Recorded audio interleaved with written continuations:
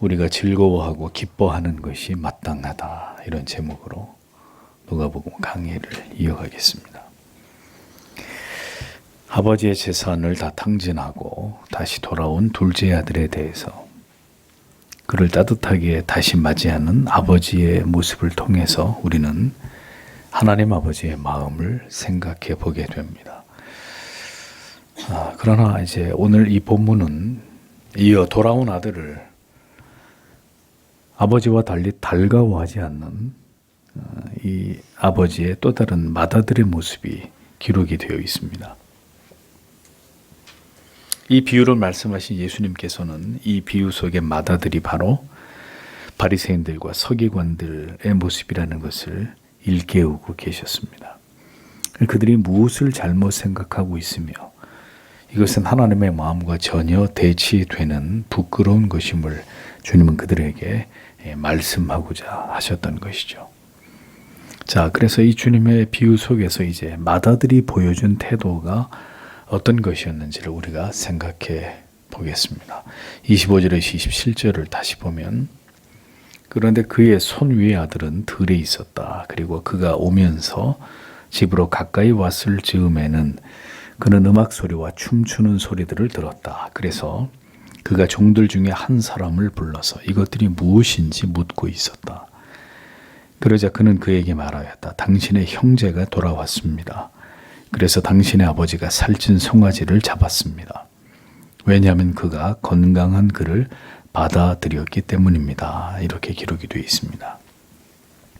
큰아들은 오늘도 아버지의 밭에서 종들을 데리고 열심히 일을 하고 돌아오는 길이었습니다. 그런데 집 가까이 오게 되었을 때 집에서 잔치가 벌어지는 그런 소리를 듣게 됩니다. 음악 소리가 들려오고 춤추는 소리들이 집에서 들려오고 있었던 것이죠. 영문을 알 수 없었던 큰아들은 이에 종들 중에 한 사람에게 지금 무슨 일이 일어나고 있는 것이냐 이렇게 묻게 됩니다. 그러자 종은 이 맏아들에게 집을 나갔던 당신의 동생이 오늘 건강한 몸으로 돌아왔고 그로 인해서 당신의 아버지께서 그를 다시 받아들여 지금처럼 살찐 송아지를 잡아 잔치를 벌이고 있는 중입니다. 이렇게 대답을 합니다. 집을 나간 동생이 다시 살아 돌아온 것까지는 한 핏줄인 그 형도 그가 괘씸하기는 했어도 그것을 받아들일 수 없는 일은 아니었을 것입니다. 살아 돌아왔으니 그가 이제 그 죄값을 치르고라도 계속 동생의 자리에서 그렇게 살아가는 것을 그걸 반대할 이유까지는 없었을 것입니다. 그런데 정말 이 맏아들의 심기를 건드린 문제는 이 동생이 건강하게 돌아온 것에 대한 아버지의 반응입니다. 아버지의 재산 중에 제 몫을 미리 받아서 모두 이것을 탕진하고 돌아온 이 정신 나간 동생을 아버지가 지금 잔치를 열면서까지 그를 환대하고 있는 바로 이 모습을 큰아들은 도무지 용납할 수 없었던 것입니다. 차라리 그를 흠신 두들겨 패서 아버지 재산을 다 탕진하고 돌아온 이 죄인에 대해서 합당한 대가를 지불하게 하고 벌을 주어서 그 벌을 다 받고 회개하고 잘못을 다 토해내게 한 다음에 아버지가 다시 거기에 합당한 대우를 해줬다거나 만약에 이런 과정이 있었다면 큰아들이 이 부분을 충분히 용납할 수 있었을 것입니다. 그런데 그런 과정이 없이 아들이 오늘 듣지 않니 동생이 오늘 돌아왔는데 오늘 돌아온 동생을 위해서 살찐 송아지를 잡았다. 그리고 온 집안에 지금 잔치를 벌였다. 도저히 이해할 수 없는 이런 부분이었던 거죠. 여러분, 우리에게 바로 이러한 마음이 있습니다. 마태복음 20장에 보면 예수님께서 천국의 비유를 말씀하시면서 한 데나리온의 싹스를 약속하고 포도원의 품꾼들을 기용하는 장면을 예수님이 여기서도 예를 들어서 말씀하고 계십니다. 그래서 3시, 3시에 그리고 6시에, 9시에 그리고 11시에도 각각 이렇게 다른 시간의 차이를 두고 주인이 나가서 품꾼들을 기용해서 포도원에서 일을 시키는 이런 장면이 나오죠. 그리고 이제 하루 동안 일을 다 하고 난 다음에 저물 때 주인은 자기가 불러서 일을 시킨 품꾼들을 다 불러 모아놓고 약속대로 한 데나리온씩 임금을 지불합니다. 그런데 그때 제일 이제 먼저 이른 시간에 와서 하루 종일 일했던 품꾼들이 불평을 하기 시작합니다. 자기들은 나중에 온 자들보다 더 많은 시간 일을 했는데 왜 동일하게 한 데나리온만 우리에게 주는 것이오? 라고 이의를 제기하는 거죠. 그러자 주인이 뭐라고 얘기합니까? 내가 당신들을 기용할 때 분명히 한 데나리온을 주겠다고 약속하지 않았어. 응? 한 데나리온을 주겠다고. 내가 약속한 대로 한 데나리온을 주었을 뿐인데 내가 가진 것을 가지고 내 마음대로 동일하게 몇 시에 들어와서 일을 했건 내 마음대로 내가 가진 것을 가지고 동일하게 한 데나리온씩 내가 주겠다는데 왜 그걸 가지고 당신들이 불평을 하는 것이오? 이렇게 주인이 대답을 하는 이 장면에 대해서 주님이 말씀을 하십니다. 그러니까 하나님께서 어떤 자를 구원하시든 그를 일찍 구원으로 불러주시든 아니면 늦게 구원으로 불러주시든 그 우리가 상관할 바가 아니라는 것을 주님이 분명하게 말씀하시는 거죠. 내가 이방인들을 먼저 부르든 유대인들을 먼저 부르든 그게 왜 당신들한테 너희들한테 중요한 것이냐. 이 비유를 통해서 주님이 그걸 말씀하시는 거죠. 구원의 문제에 관한 한 전적으로 하나님의 주권과 뜻에 그 모든 것이 달려 있다는 것에 대해서 주님이 이러한 예화를 통해서 또 말씀을 하신 적이 있었습니다. 세리나 죄인들을 구원하시는 것도 하나님의 뜻이고 누구를 먼저 예수 믿게 하고 누구는 나중에 믿게 하시는 것도 하나님의 뜻입니다. 이것이 시기와 질투의 문제가 될 수 없다라는 것을 주님이 분명히 밝히시는 것이죠. 그러니까 누구는 먼저 예수를 믿어서 교회를 오래 다니면서 오래도록 봉사를 하고 충성을 했고 누군가는 늦게 예수를 믿고 교회를 나와서 교회에서 많은 일들을 하지 못했어도 그것이 중요한 문제가 될 수 없다는 것입니다. 그것이 어떤 분쟁의 이유가 되든지 이의를 제기할 수 있는 요소가 되지 않는다는 거죠. 죄인들이 모두 주께로 돌아온 것만으로도 하나님의 기쁨이 되는 일이라는 것을 주님은 이 비유를 통해 분명하게 예수님의 말씀을 듣고 있는 바리새인들과 서기관들에게 이 메시지를 전달하고 계셨습니다. 다시 말씀드리지만 우리는 구원에 있어 하나님의 작정에 대한 치우친 경직된 생각으로 구령에 대해서 한 영혼의 돌아옴에 대해서 무감각하거나 이것을 하나님이 얼마나 기뻐하시는지에 대해서 우리가 오해를 가지고 있다면 무지와 오해를 가지고 있다면 이것은 절대로 바람직한 것이 아닌 것을 알아야 한다라는 것입니다. 그러니까 구원의 문제에 관한 한 모든 것이 하나님의 주권과 섭리의 결과물이라 할지라도 한 영혼이 주님께로 돌아오는 일은 하나님의 품에 안기게 되는 일은 하나님께 있어서 너무도 기쁘고 감격스러운 일이 아닐 수 없다는 것을 성경은 우리에게 분명히 말씀하고 있습니다. 우리가 하나님의 작정, 즉 선택과 유기를 믿는 이 교리적인 지식 때문에 한 영혼이 주님께로 돌아오는 것에 대한 감격을 잃어버리고 있다면 그것은 하나님의 말씀을 우리가 올바로 이해하고 있는 것이 아닙니다. 신앙은 그렇게 메마른 지식만이 아닙니다. 하나님이 기뻐하시는 것을 우리도 기뻐하고 하나님이 슬퍼하시고 애통해 하시는 것을 우리도 슬퍼하고 애통하는 것이 신앙이지. 예? 전혀 감각이 없어요. 예수를 믿는데 감동도 없고 거룩한 슬픔도 없고 애타는 마음도 없고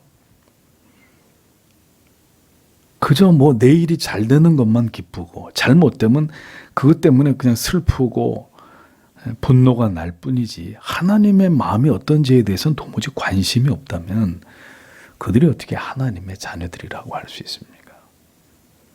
여러분 영혼 때문에 밤잠을 이루지 못한 이런 경험이 있으신가요? 교회를 걱정하는 일 때문에 성도 가운데 누구를 염려하는 일 때문에 식음을 전폐하고 기도해 보신 적 있으십니까?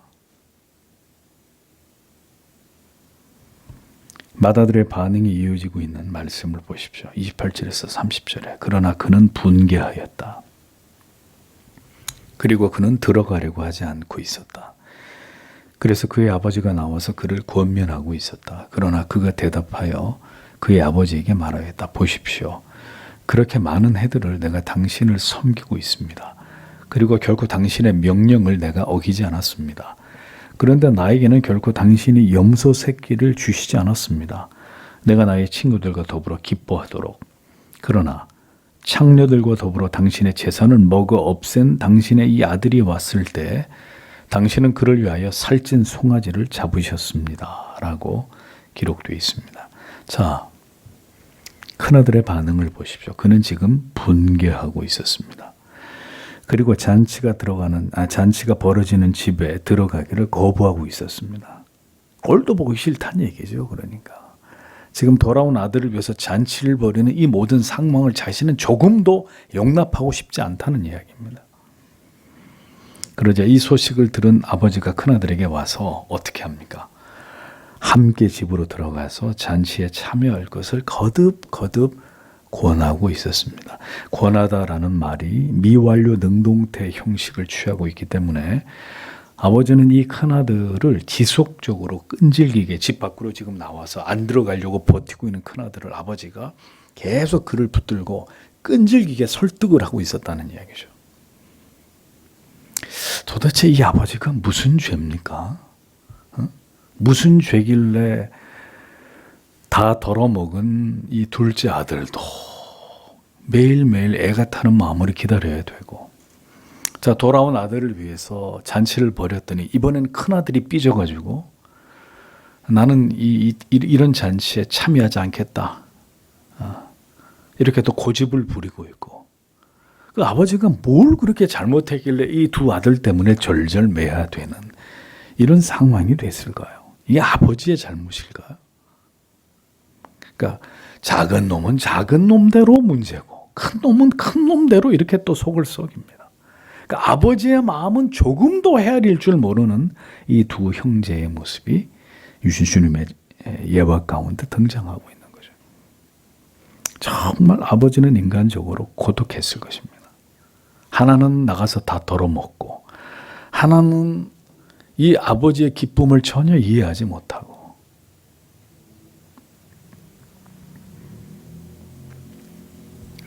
아버지가 끈질기게 설득을 함에도 불구하고 동생을 환영하는 자리에 결코 나아가기를 거부하는 이 큰아들의 태도를 보십시오. 이제 아버지를 향해서 원망과 분노로 더 그의 감정이 발전하고 있는 것을 보게 됩니다. 큰아들은 아버지에게, 아버지, 나는 지금까지 아버지한테 찍소리 한마디 하지 않고 여러 해 동안 아버지의 명예에 대해서 어김없이 성실하게 나는 아버지가 시키는 모든 것들을 해왔습니다. 그런데 아버지가 언제 저에게 염소 새끼라도 내주면서 네 친구들하고 즐겁게 이 염소 고기를 나눠 먹으면서 실컷 즐겨라 라고 저에게 말씀하신 적이 있습니까? 이렇게 아버지에게 질문합니다. 내 이 동생은, 저놈은 아버지의 유산을 다 상속받아가지고 집을 나가서 그 돈 가지고 가치는 일에 열심히 일을 했다 그러면 또 모르겠는데 창녀하고 뒹굴면서 그 돈을 다 탕진한 놈인데 저놈은, 응? 나는 아버지의 명령은 오늘까지 한 번도 어김없이 아버지가 시키는 대로 저는 아버지를 위해서 충성을 다해 왔는데 아버지 이게 도대체 어떤 경우입니까? 제가 어떻게 이 상황을 이해해야 됩니까? 하고 아들이 아버지에게 따지고 있었다는 거죠. 주님이 예화 속에 왜 이 큰아들의 이런 태도를 말씀하고 계셨느냐. 이 같은 태도가 바로 바리새인들과 서기관들, 그들의 모습이었다는 겁니다.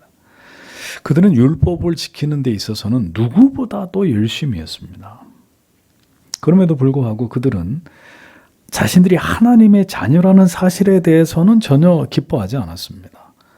그러니까 하나님의 자녀라는 사실에 대해서는 전혀 기뻐하지 않고 그걸 뭘 기뻐했어요? 나는 율법을 지킨다. 너희들보다 훨씬 더 내가 율법을 잘 지키고 하나님의 말씀에 대해서 그 어떤 자들보다 내가 정통한 사람이다. 그건 뭐예요? 자기를 자랑한 거예요. 하나님을 알아가는 기쁨, 그 하나님을 아버지로 부를 수 있는 특권, 이런 것들을 기뻐하고 감사하고 감격한 게 아니라 자기들이 그 하나님의 율법을 더 많이 알고 더 잘 지키고 있다. 그게 바로 나다. 자기의 의를 드러내는 것만 급급했던 그런 자들이 바로 지금 주님 앞에 있었던 바리새인과 서기관들이었다는 겁니다. 교회를 오래 다니면 뭐합니까? 성경 많이 알면 뭐합니까? 주님을 닮아가야죠. 하나님의 마음을 공유할 수 있어야죠. 교회에서 자기 자랑하고 자기가 예수 잘 믿는 척, 자기가 교회에서 제일 착한 척, 봉사 제일 많이 하는 척, 하나님에 대해서 제일 많이 아는 척, 그게 무슨 소용이 있습니까? 그것으로 하나님을 기쁘시게 할 수 있습니까?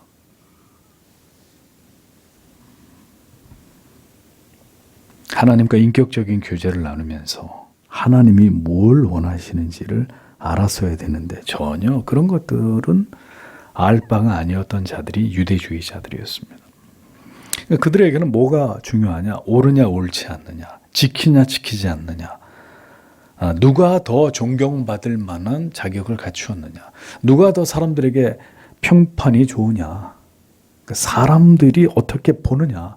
이것만 중요했지 하나님이 우리를 어떻게 생각하고 있으며 우리가 그 하나님을 어떻게 경외하고 사랑하고 있느냐, 이런 것들은 아무 관심이 없었던 거죠. 율법을 지키는 것만이 중요한 것이 아니라 그 율법을 통해서 주신 하나님의 뜻을 깨닫고 하나님의 마음을 살피고 하나님을 더 깊이 알아가고 그 하나님과 영적으로 교제하는 것을 진정한 기쁨과 즐거움으로 여기는 것이 신앙이잖아요. 그게 아니면 다 무슨 소용입니까? 그것이.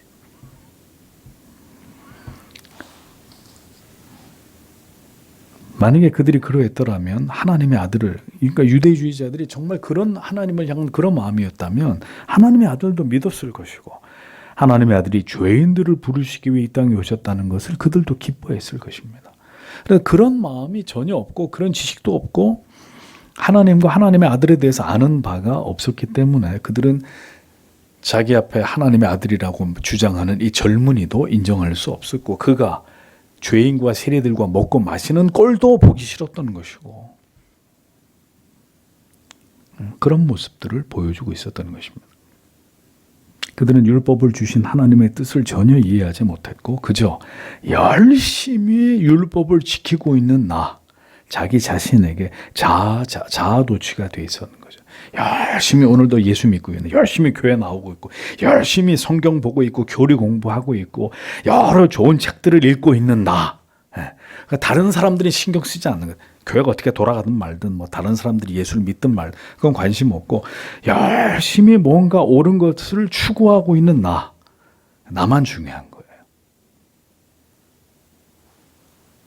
그 열심과 지식이 무슨 소용이 있습니까?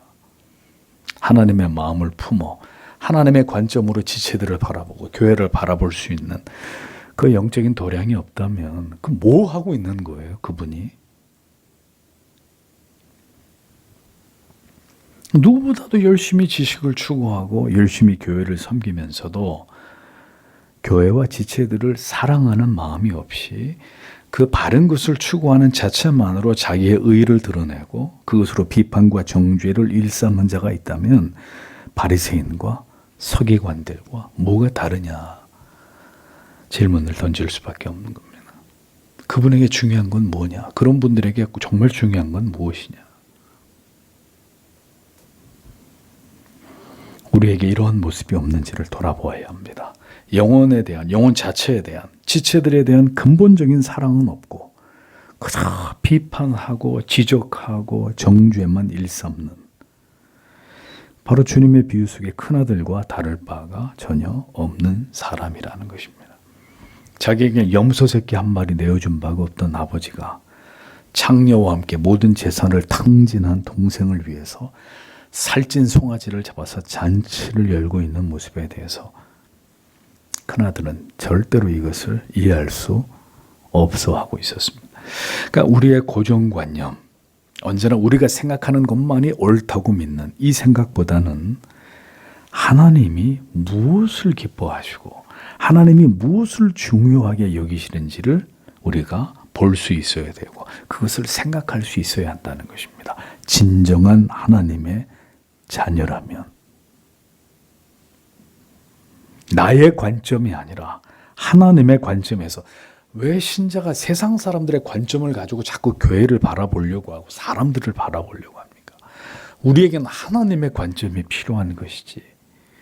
하나님의 관점에서 하나님의 마음이 머무시는 것이 무엇인지를 살피는 마음이 있어야 이 큰아들처럼 이런 어리석은 생각에 자기만을 아는, 그저 자기 감정만 중요한, 자기 판단만 맹신하는 이런 어리석은 생각에 사로잡히지 않을 수 있지 않겠습니까?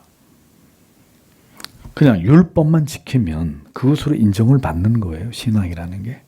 그러니까 교리 좀 많이 알면, 장로교의 전통에 대해서 제대로 이해하면 그러면 예수 잘 믿는 거예요. 그게 하나님을 기쁘시게 하는 전부예요. 그렇죠. 우리는 성경적인 지식만, 교리적인 지식만 추구하면 그것으로 마치 우리의 믿음은 하나님께 인정을 받는 것으로 착각들을 합니다. 부족하고 연약한 자들을 살피고 지금 되어지지 않는 일들은 때가 되어서 하나님이 그것을 이루시기까지 인내할 줄도 알고 기다릴 줄도 알고 그것이 아버지의 마음을 함께 느끼는 사람의 마음과 태도와 정서가 아니겠습니까?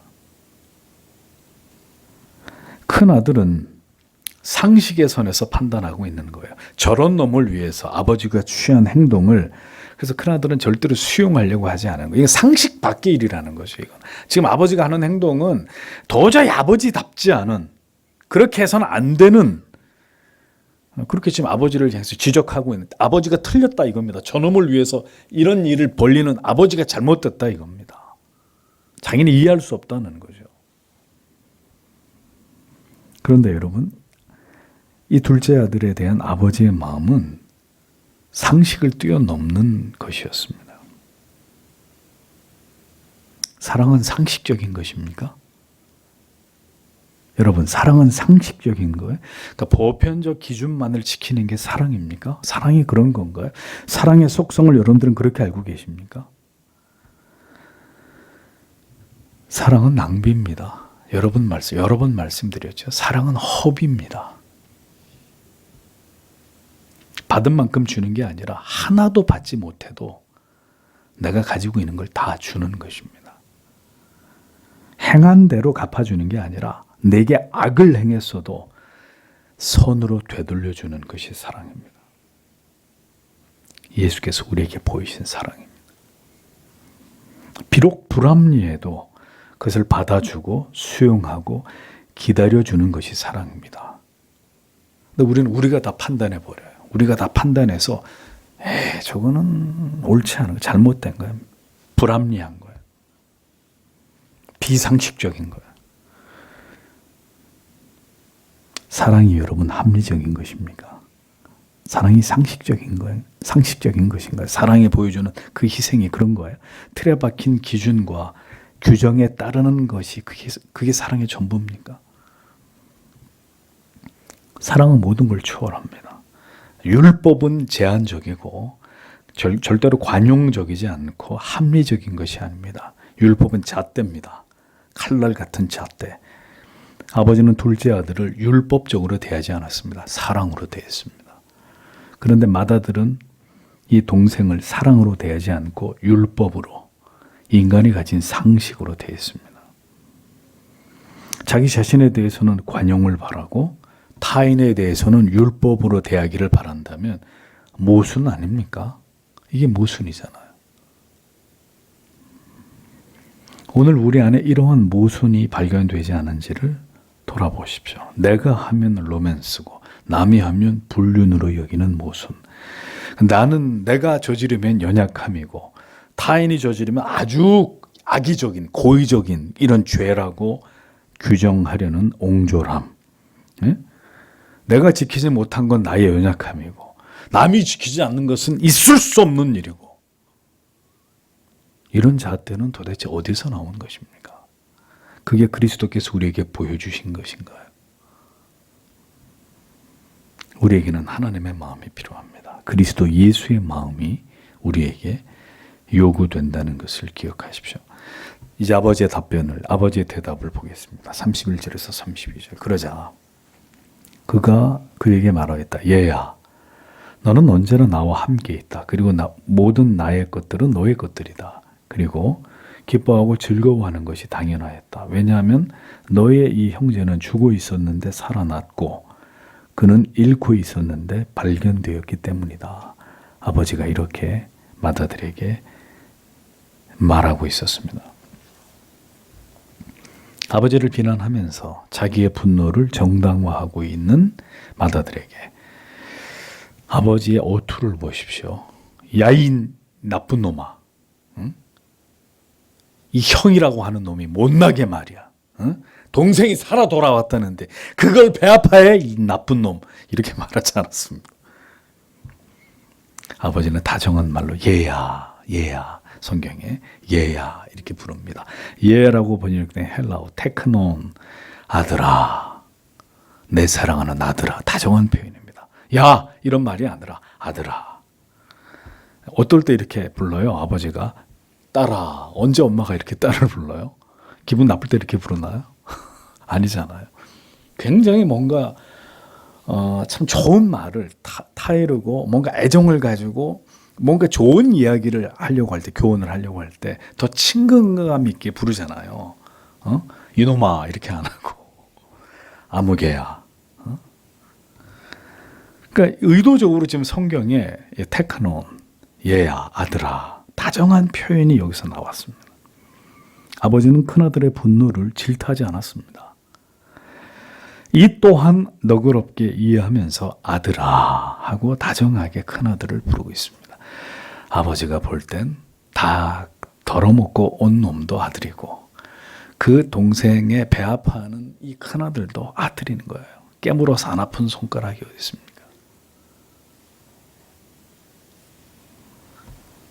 이는 아버지가 맏아들의 권리와 그의 주장을 다분히 이해하고 있음에 대한 표현과 반응입니다. 아들아, 얘야. 네가 지금 왜 이렇게 화를 내고 있는지 나는 도무지 모르겠다. 이런 표현이 아니라 네가 왜 지금 그러는지 다 이 아비는 이해할 수 있다. 네가 그렇게 말하고 지금 그렇게 흥분해서 나한테 이렇게 얘기하는 거 충분히 이 아비는 이해할 수 있다. 이런 의미입니다. 그러면서 큰아들이 제기한 불만에 대해서 이 아버지가 해명을 합니다. 자기를 위해선 염소 새끼 한 마리 내주지 않았으면서 돌아온 동생을 위해선 살찐 송아지를 잡은 아버지에 대한 이 불만에 대해서 아버지는 이렇게 얘기하는 거죠. 너는 내 집의 맏아들로서 모든 특권을 이미 누리고 있지 않느냐. 응?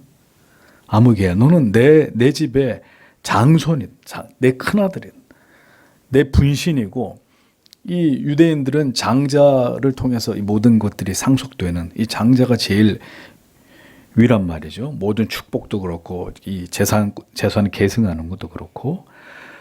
그럼 뭐라 그래? 내 것이 다 네 것이다. 응? 너는 이미 내 맏아들로 모든 특권을 누리고 있지 않느냐. 너 그걸 지금까지 몰랐단 말이냐. 만일 맏아들이 송아지가 아니라 황소를 한 마리 잡아주시오 라고 했으면 이 아버지가 너 미쳤니? 이렇게 얘기했을까요? 만약에 맏아들이 아버지 즉 황소 한 마리 잡아서 저 친구들하고 잔치를 해야 되겠습니다 라고 이 큰아들이 아버지한테 얘기했더라면 아버지가 아까 내가 왜 너한테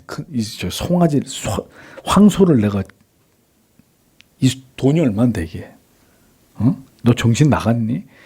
아버지가 그렇게 얘기했을까요? 큰아들한테 절대로 흔쾌히 허락했어요. 한 마리, 한 3마리는 잡아라. 네 친구들 다, 동네 있는 친구들 다 불러서 한 3마리는 잡아서 한 며칠 동안 실컷 한번 친구들하고 즐겨봐라. 이렇게 얘기했을 아버지입니다. 내 것이 다 네 것 아니냐. 그러니까 아버지의 모든 것이 다 맏아들에게 물려질 재산이었습니다. 큰아들은 동생에 비해서 자신은 제대로 대접을 받지 못했다고 불만을 지금 제기하고 있지만 아버지의 대답은 무슨 말이냐. 내 것이 이미 다 네 것인데.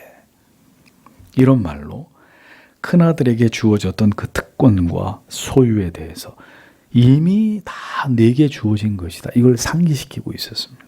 큰아들은 아버지의 재산의 3분의 1을 차지할 수 있었고 유대인들의 법에 의하면 아버지가 유고시 아버지와 같은 집안의 가장으로 모든 권한을 행사할 수 있는 이런 위치가 장남의 위치였습니다. 큰아들은 자기의 특권을 제대로 알지 못하고 있었습니다. 자기에게 어떤 권한과 자기의 소유가 어느 정도 되는지 이미 그 모든 게 자기에게 주어져 있다는 것을 전혀 생각지 않고 있었습니다. 남의 떡이 더 커 보이면 자기가 가지고 있는 것이 얼마나 좋은 것인지를 모르게 됩니다.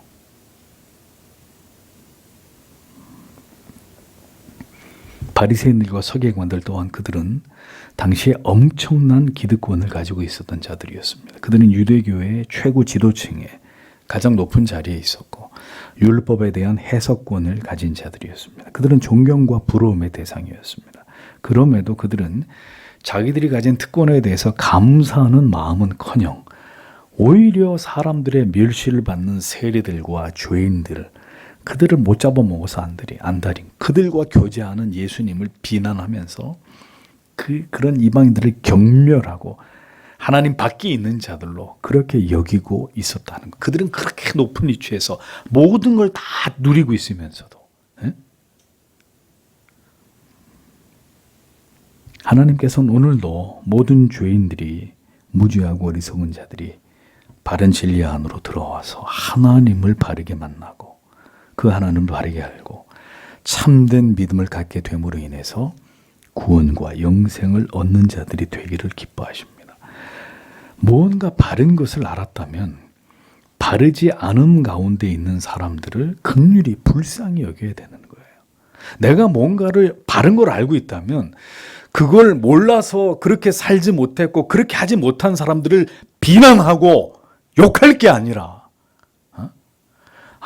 몰라서 그랬구나. 그럴 수 있겠구나. 하고 이해하고 그들이 그것을 깨달아서 그 바른 것을 향해 나아갈 때까지 기다려주고 섬기고 이것이 우리에게 요구하시는 거 아닙니까?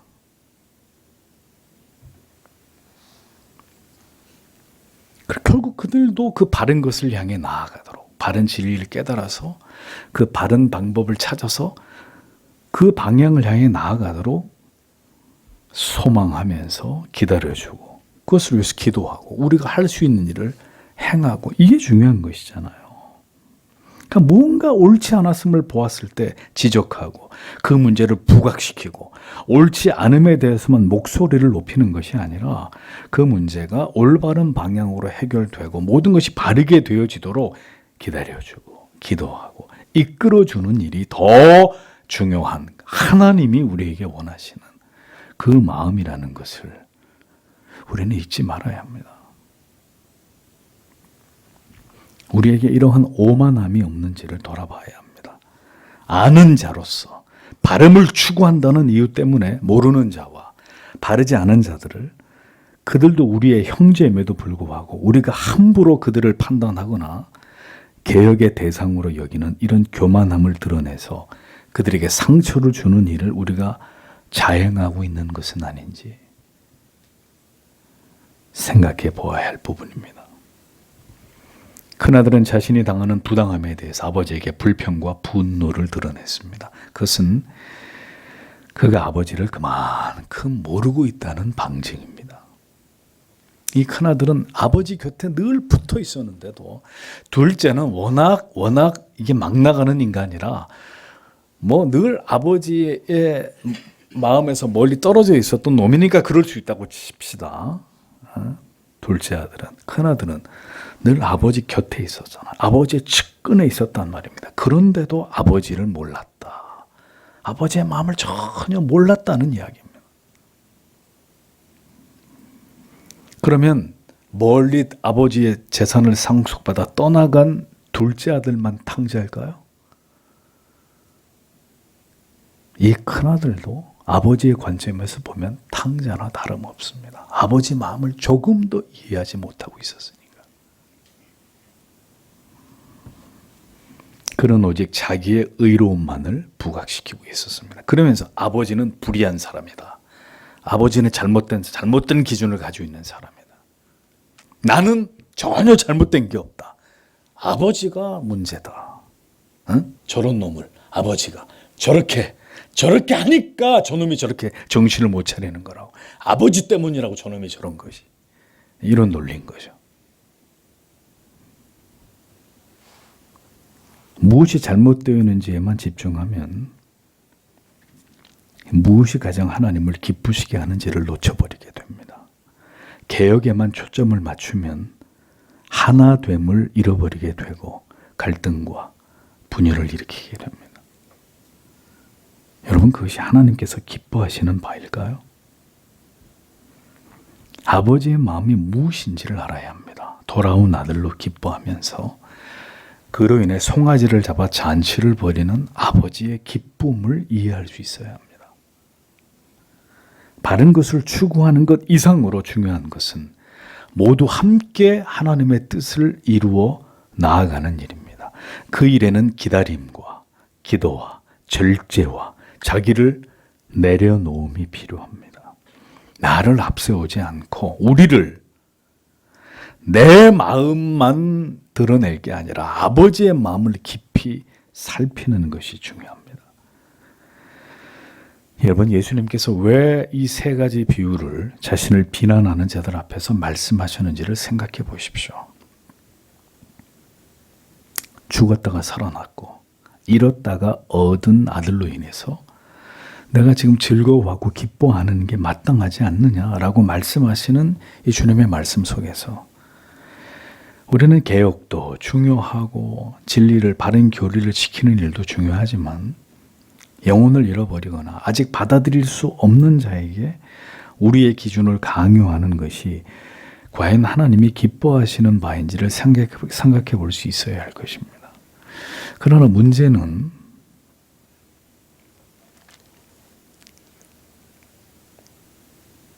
이미 어른이 되어야 될 사람들이 아직도 어린아이들처럼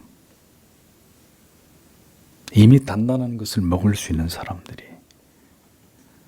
아이가 먹는 것을 먹겠다고 고집하고 있는 이 안타까운 현실입니다.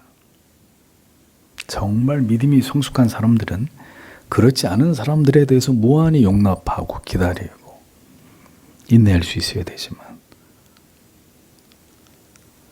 이미 이제는 성숙한 믿음이 되어서 이미 아버지의 마음을 충분히 이해하면서 아버지와 함께 더불어 기뻐하고 동생을 끌어안고 뺨을 부비면서 내 동생아, 살아 돌아와서 너무 고맙다. 이 형도 네가 다시 돌아온 게 너무너무 기쁘다. 이렇게 해줘야 될 사람이 저 따위 놈을 아버지가 다시 받아주고 살찐 송아지를 잡고 앉아있다고 이렇게밖에 이야기하지 못하는, 만약에 교회를 오래 다닌 분들이 그 정도의 믿음밖에 되지 않는다면 아버지의 고독은 더 깊어지는 것입니다.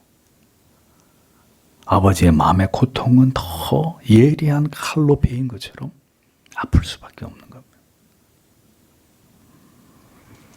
모든 것은 하나님께서 행하실 것입니다. 하나님보다 더 공의로운 것도 잘못이고 하나님보다 더 자비로운 것도 옳은 것이 아닙니다.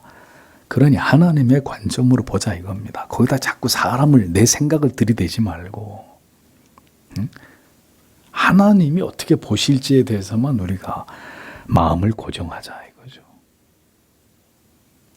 주님이 자기를 비난하는 바리새인들과 서기관들 앞에서 세리와 주인들과 함께 먹고 마시던 일을 멈추고 그래서 이 세 가지 비유를 그들에게 말씀하신 것입니다. 주님의 마음을 오늘도 이 말씀을 통해 깊이 들여다보시고 우리에게 필요한 것이, 우리에게 필요한 마음이 무엇인지를 다시 한번 생각해 볼 수 있는 계기가 되었으면 좋겠습니다. 기도하겠습니다.